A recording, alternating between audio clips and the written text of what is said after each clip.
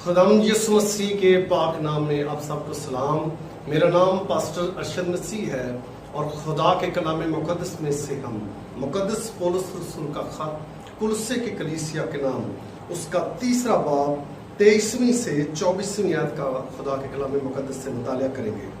जो काम करो जी से करो, ये जानकर करो कि खुदावंद के लिए करते हो, ना कि आदमियों के लिए, क्योंकि तुम जानते हो कि खुदावंद की तरफ से इसके बदले में तुमको मरास मिलेगी।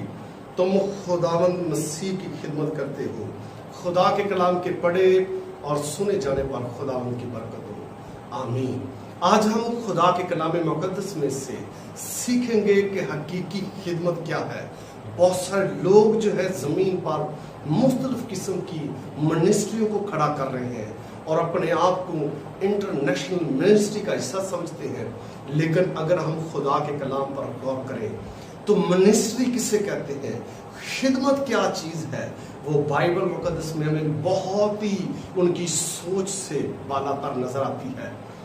यहाँ पर मुकद्दस पौलुस रसूल नसीहत करता है कि जो काम करो जी से करो, ये जानकर करो कि हम खुदावंद के लिए करते हैं।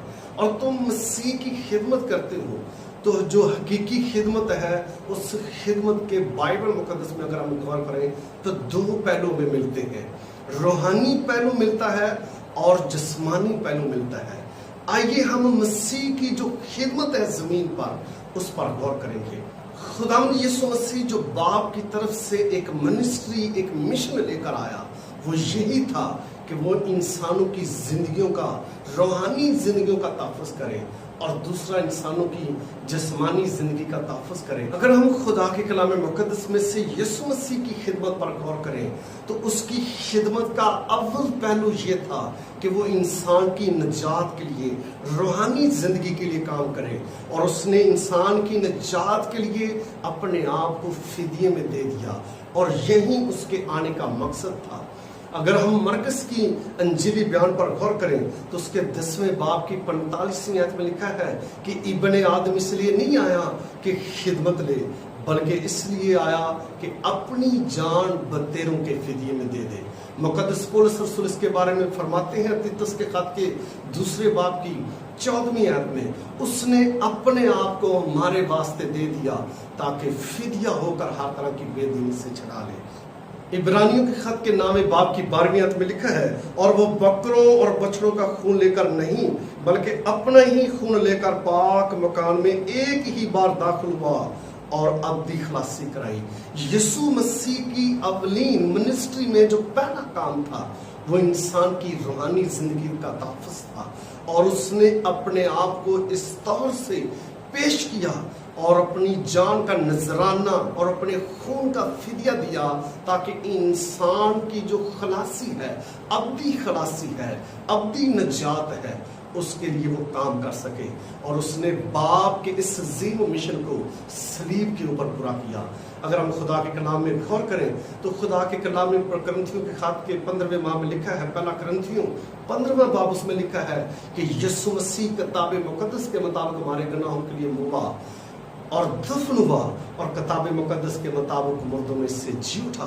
तो उसने निजात के इस अजीम काम को मुकम्मल किया और उसने इस बाप के मिशन को पूरा किया। दूसरा उसकी खिदमत का पहलू ये था कि वो इंसानों की जिंदगियों का तहफ़्फ़ुज़ करे और उनकी जिंदगियों को हर तरह की बीमारियों से, कमजोरियों से महफूज करे।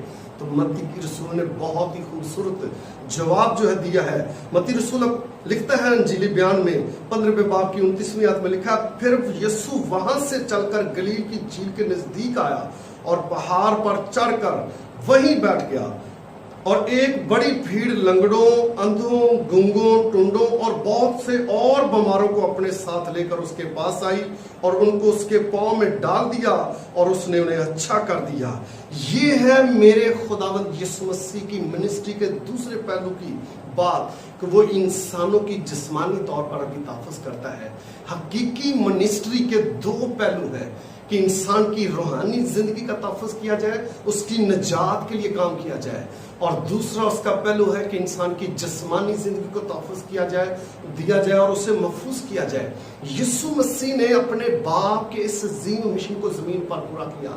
بہت سے جو لوگ ہیں، جو خادمین ہیں، جو اس بات کے دعوت دار ہیں کہ میں انجیل کا خادم ہوں، میں خدا کا خادم ہوں، مجھے اس نے چن لیا ہے، مجھے اس نے مقرر کر لیا ہے، تو وہ اپنی خدمت میں دیکھیں کیا ان دونوں پہلوؤں کو پورا کر رہے ہیں. وہ انجیل کے ذریعے لوگوں کی نجات کے لیے کام کر رہے ہیں. وہ لوگ جو گناہ میں، موت میں مر رہے ہیں، ان کو جا کر انجیل سناتے ہیں. ان کی رہائی کے لیے جو ہے اپنے اندر تڑپ رکھتے ہیں، اور ان کو جا کر اس عظیم خوشخبری کو دیتے ہیں کہ یسوع مسیح ہی واحد نجات دہندہ ہے، جس نے فرمایا ابن آدم کھوئوں کو ڈھونڈنے اور نجات دینے آیا ہے. وہ جا کر لوگوں کو یہ خوشخبری دیتے ہیں کہ آسمان پر اور زمین پر کوئی اور آدمی کو نام ہی نہیں بخشا گیا جس کے وسیلہ سے انسان جو ہے نجات پا سکتا ہے.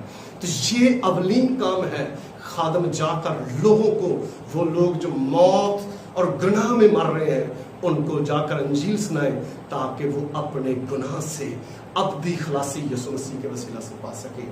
دوسرا جو خدمت کا پہلو ہے وہ ہے کہ وہ انسانوں کی زندگیوں کا تحفظ کریں اور ان کی زندگیوں کو محفوظ کریں. اور آپ دیکھ سکتے ہیں کہ خداوند یسوع مسیح جو ہے اس بات کو بائبل مقدس میں بہت زیادہ اہمیت دیتا ہے.